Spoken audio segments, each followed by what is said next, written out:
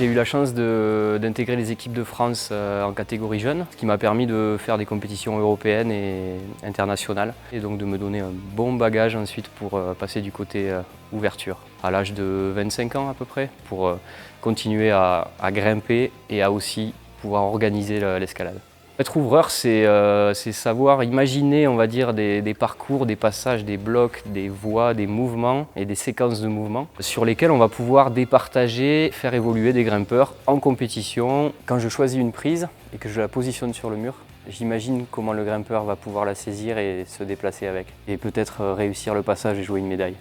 J'ai eu la chance d'ouvrir à peu près tous les formats de compétition qui existent, c'est-à-dire des compétitions jeunes jusqu'au championnat du monde senior à Paris-Bercy 2012, 2016, championnat du monde à Tokyo 2019. Et toutes ces expériences m'ont permis d'acquérir suffisamment de compétences et de notoriété pour être sélectionné en tant qu'ouvreur pour les Jeux. C'est quelque chose que j'espérais énormément dans ma carrière. On va dire que c'est un peu la consécration dans ce métier de pouvoir ouvrir aux Jeux.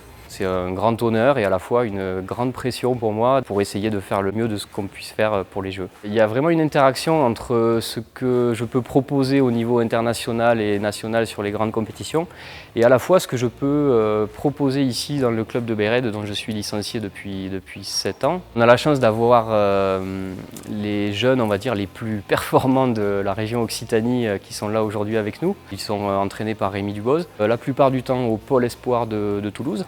Et ce sont tous des grimpeurs d'exception qui tournent sur le circuit international, sur le circuit européen et sur le circuit national à très haut niveau.